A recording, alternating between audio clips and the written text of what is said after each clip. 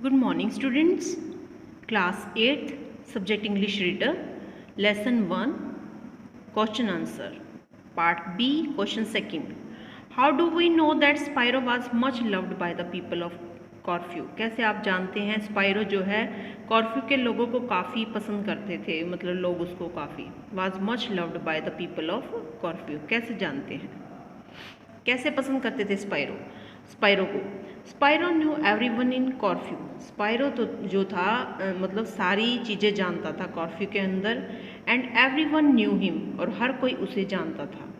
Where ever his car stopped, जहाँ भी उसकी कार रुकती थी, जहाँ पर भी उसकी कार रुकती थी तो सभी लोग, people would shout out his name, लोग जो है उसका नाम चिल्लाना शुरू कर देते थे।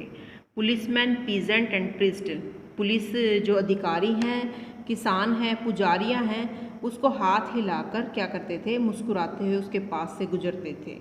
And fisherman and grocer and cafe owner greeted him like a brother, और जो मछियारे थे और ग्रोसरी कैफ़ी के जो मालिक थे उन्हें भाई की तरह बधाई देते थे और उसकी ईमानदारी का सम्मान करते थे।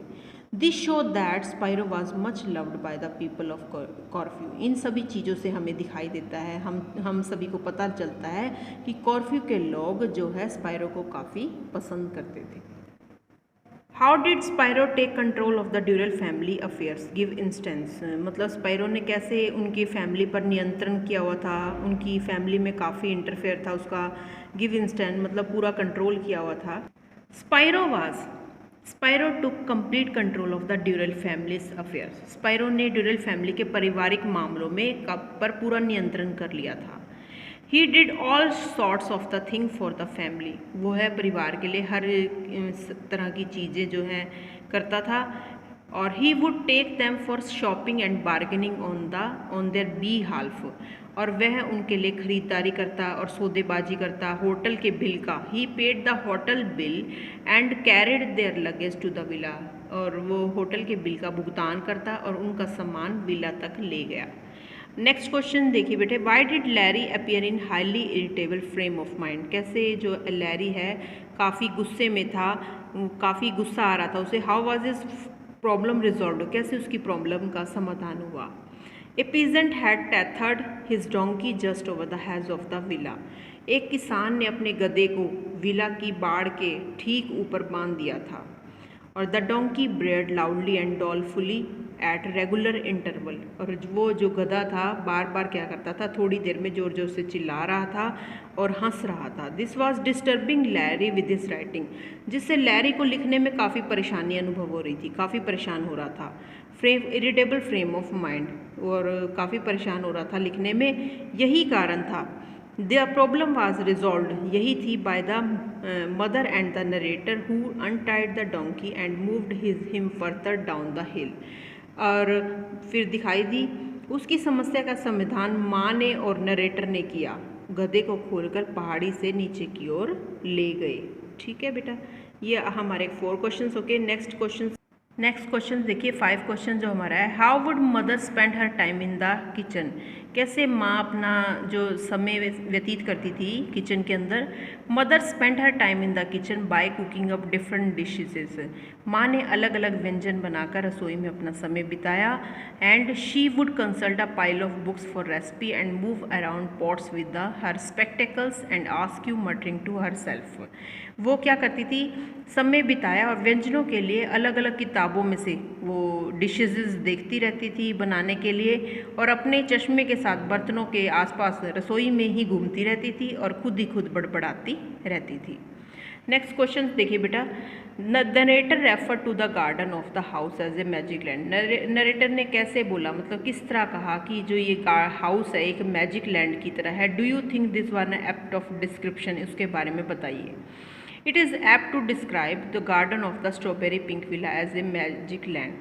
इस एप्ट में मतलब इसमें डिस्क्राइब किया जा रहा है जो बगीचा था स्ट्रॉबेरी पिंक विला एक मैजिक लैंड था, जादू की जो जगह थी। The garden was full of flowers, पूरा फूलों से भरा हुआ था। एंड क्रिएचर मैंने जीव जंतुओं से, that the narrator had not seen before, narrator ने ये चीज़ें सब कभी भी पहले नहीं देखी थी। ब्लू कारपेंटर बीज, जो जीव जंतुओं से था, नीली रंग की मधुमक्खियाँ थी, हमिंग बर्ड्स थे, चिड़ियाएँ थी, एंड हाक मोथ्स, जो हमिंग बर्ड्स थे एक प्रकार का उड़ने वाला कीड़ा होता है, लार्ज ब्लैक आंट, काले रंग की चींटियाँ बड़ी बड़ी, also lived in the garden, इसके अंदर रहते थे। The garden was alive and buzzing with their marvellous creature, बगीचा बड़ा मतलब सुंदर दिखाई देता था और इन अद्भुत जीवित प्राणियों से वो काफ़ी अनोखा दिखाई दे रहा था। मतलब ये अद्भुत जो जीव जंतु थे, मधुमक्खियाँ थी, फ्लावर्स थे, उड़ने वाला कीड़ा था, चींटियाँ थी, इनसे बड़ा काफ़ी अलग ही अनोखा ही दिखाई दे रहा था। What did the narrator and Roger learn in the garden, narrator और रोजर ने क्या देखा, क्या पाया, क्या सीखा गार्डन के अंदर से। नरेटर और रोजर ने बहुत कुछ सीखा। The narrator and Roger learn a lot of new things in the garden, नई नई चीज़ें सीखी उन्होंने, कुछ नया सीखा। And Roser learned that it was unwise to smell hornets and that the peasant dogs were scared to him and would run screaming at his side. Narrator Roger ने बहुत कुछ सीखा और बहुत कुछ नया किया। रोजर को पता चला कि हॉर्नेट मैंने क्या होता है, एक तेज डंक मारने वाला भिंड, मतलब कीड़ा टाइप में होता है, कीड़ा होता है भी, उसको देखना सूंघना उसको ना समझिए, और किसान और कुत्ते उससे डरते थे और वो रात को चिल्लाते हुए भागते थे। Bring out the friendly nature of the local people with reference to the peasant girl, जो किसान लड़कियां थी। The narrator develop friendship with some peasant girl, narrator की दोस्ती हो गई थी किससे, उन लड़कियों से। Who passed his garden every morning and every evening, वो मतलब गार्डन के अंदर आती थी सुबह और हर शाम को। The reaction of the local police when